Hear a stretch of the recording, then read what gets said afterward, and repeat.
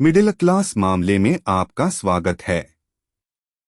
व्यापार समाचार में हिंदी समाचार से DRCMA एलिगेशन घोटाला। केंद्र सरकार सड़क परियोजना ₹7.5 लाख करोड़ भाग -23। अध्याय 5 परियोजनाओं का पुरस्कार।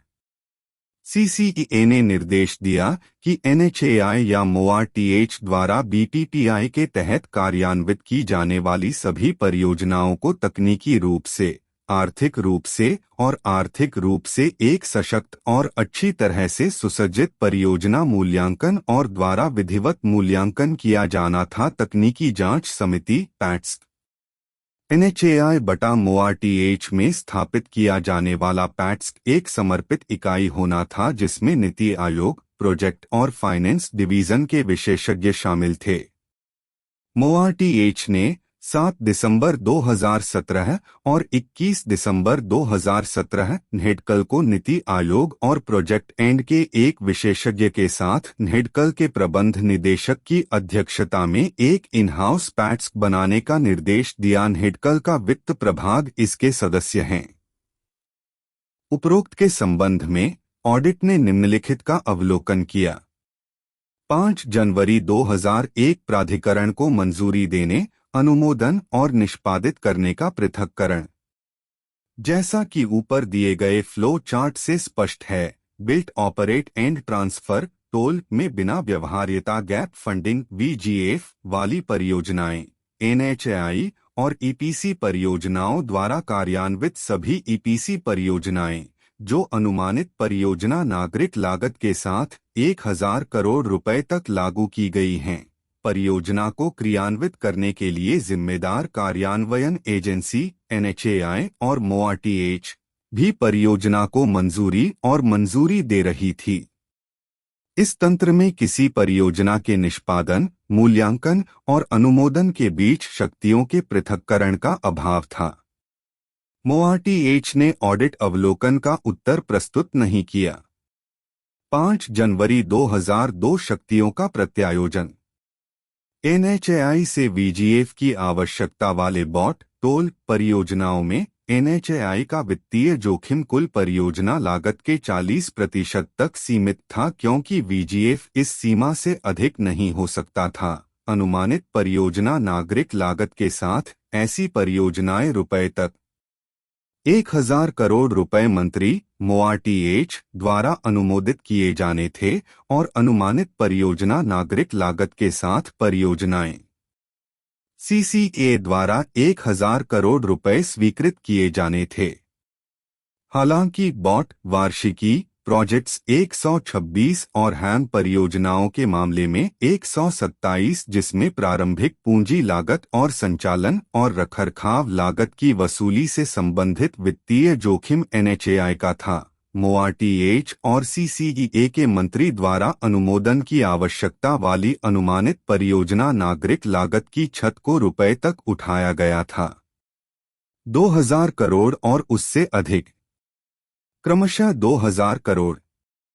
इसके अलावा EPC प्रोजेक्ट्स 128 को NHAI द्वारा निष्पादित किया जाना है, जिसमें प्रारंभिक पूंजी लागत और संचालन और रखरखाव लागत की वसूली से संबंधित वित्तीय जोखिम पूरी तरह से NHAI का था। NHAI बोर्ड 129 द्वारा उनकी अनुमानित परियोजना नागरिक लागत के बावजूद अनुमोदित किया जाना था।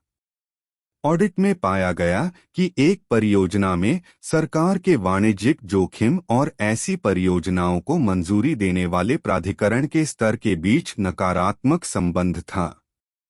यह आगे देखा गया कि आइटम दर अनुबंधों के लिए कोई मूल्यांकन और अनुमोदन तंत्र CCA अनुमोदन के लिए प्रस्तावित नहीं किया गया था। इस तथ्य के बावजूद कि आइटम दर के आधार पर प्रदान की गई शेष कार्य बटा पट्टे पर देने वाली परियोजनाओं में उच्च जोखिम था। पैरा 5.3 में समान पर जटिलताएं और ऑडिट अवलोकन दिए गए हैं। MoRTH ने ऑडिट अवलोकन का उत्तर प्रस्तुत नहीं किया। 5 जनवरी 2003 परियोजना मूल्यांकन और अनुमोदन के लिए NHAI के भीतर शक्तियों का प्रतिनिधि। एनएचएआई बोर्ड ने अपनी 118वीं बैठक 16 नवंबर 2017 में परियोजना मूल्यांकन के लिए एनएचएआई के भीतर प्रत्यायोजित शक्तियां और नीचे विस्तृत रूप से ईपीसी परियोजनाओं की मंजूरी। तालिका 5.1 एनएचएआई के भीतर मूल्यांकन और अनुमोदन के लिए शक्तियों का प्रतिनिधिमंडल। अनुमानित परियोजना द्वारा अनुमोदन द्वारा नागरिक लागत मूल्यांकन रुपए तक 500 करोड़ आंतरिक मूल्यांकन अध्यक्ष एनएचएआई समिति की अध्यक्षता की सदस्य द्वारा एनएचएआई रुपए से अधिक 500 करोड़ की परियोजना मूल्यांकन और कार्यकारी समिति से रु 1000 करोड़ तकनीकी जांच अध्यक्ष द्वारा अध्यक्षता की गई। समिति ने पूरे समय एनएचएआई की अध्यक्षता की। सदस्य द्वारा एनएचएआई के सदस्य। इसके सदस्य होने के नाते परियोजना मूल्यांकन और से अधिक रुपए 1000 करोड़ तकनीकी जांच एनएचएआई बोर्ड समिति की अध्यक्षता की। सदस्य एनएचएआई स्रोत एनएचएआई बोर्ड द्वारा तय की गई शक्तियों का प्रतिनिधिमंडल। ऑडिट ने देखा कि शक्तियों के प्रतिनिधिमंडल ने ऊपर निष्पादन, मूल्यांकन और परियोजनाओं के अनुमोदन की भूमिकाओं को अलग नहीं किया और स्वतंत्र रूप से परियोजनाओं की जांच के अवसर से इनकार किया। एनएचएआई अधिनियम 1988 के अनुसार वित्तीय प्रबंधन में ज्ञान या अनुभव रखने वाले कम से कम 2 गैरसरकारी पेशेवर परिवहन योजना या किसी अन्य प्रासंगिक अनुशासन को एनएचएआई बोर्ड के अंशकालिक सदस्यों के रूप में नियुक्त किया जाना था।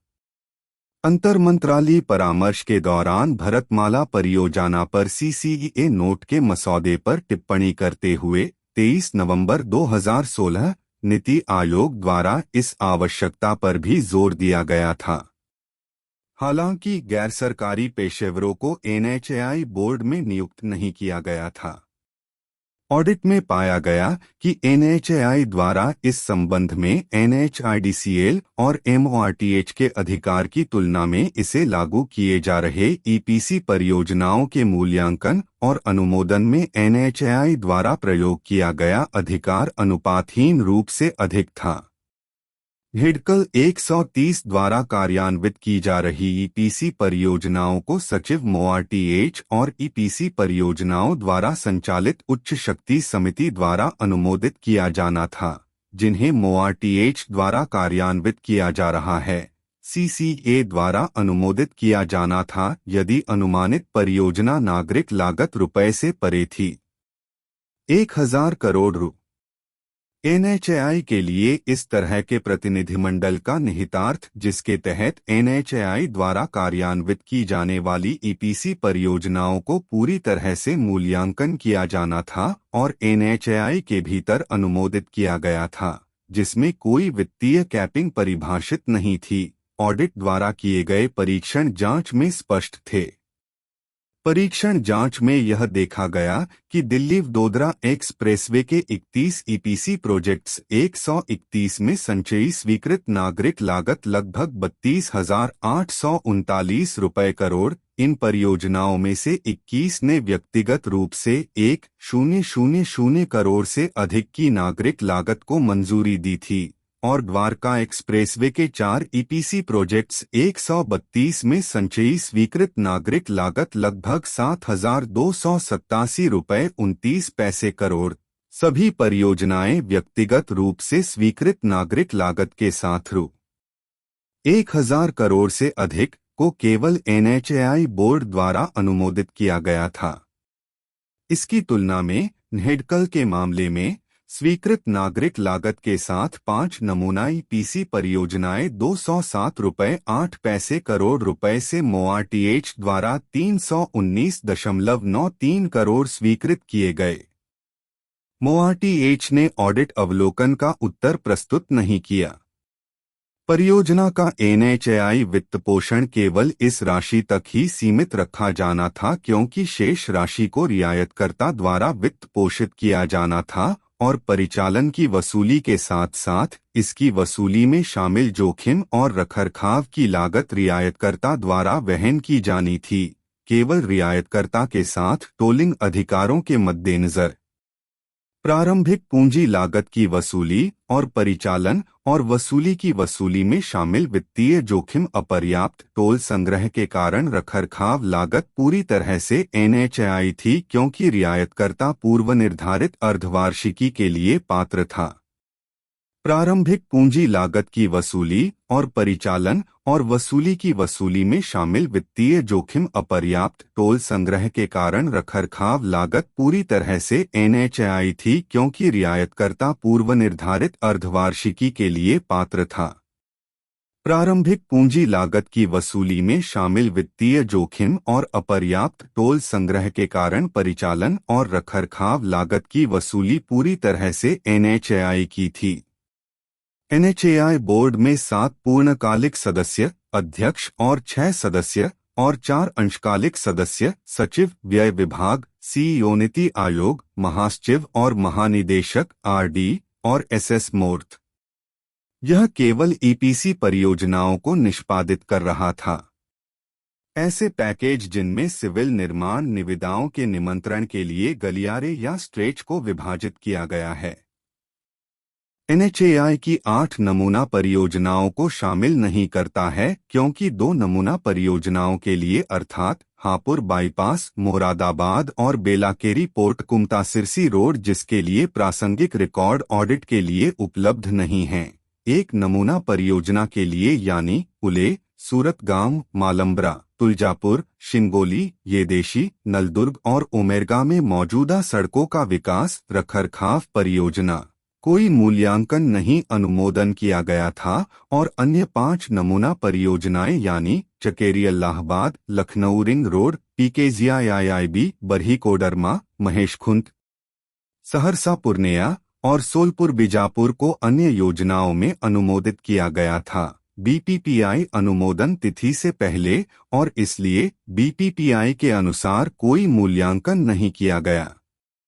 Bareilly Sitapur, Bangalore Nidagatta, PKG.I, Gwalior Shivpuri, Mohana town portion, Kozhikode bypass, Nidagatta Mysore, PKG.2, Anantapur Mupendur थी नागपल्ली, गोरहर खैरात.I और वाराणसी रिंग रोड, PKG.I।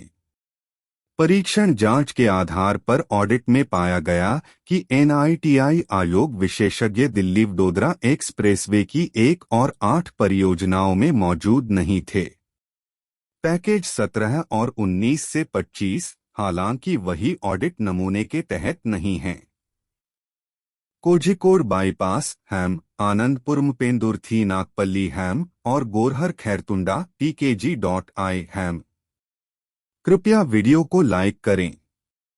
कृपया चैनल को सब्सक्राइब करें। कृपया वीडियो को अपने दोस्तों और रिश्तेदारों के साथ साझा करें। देखने के लिए धन्यवाद।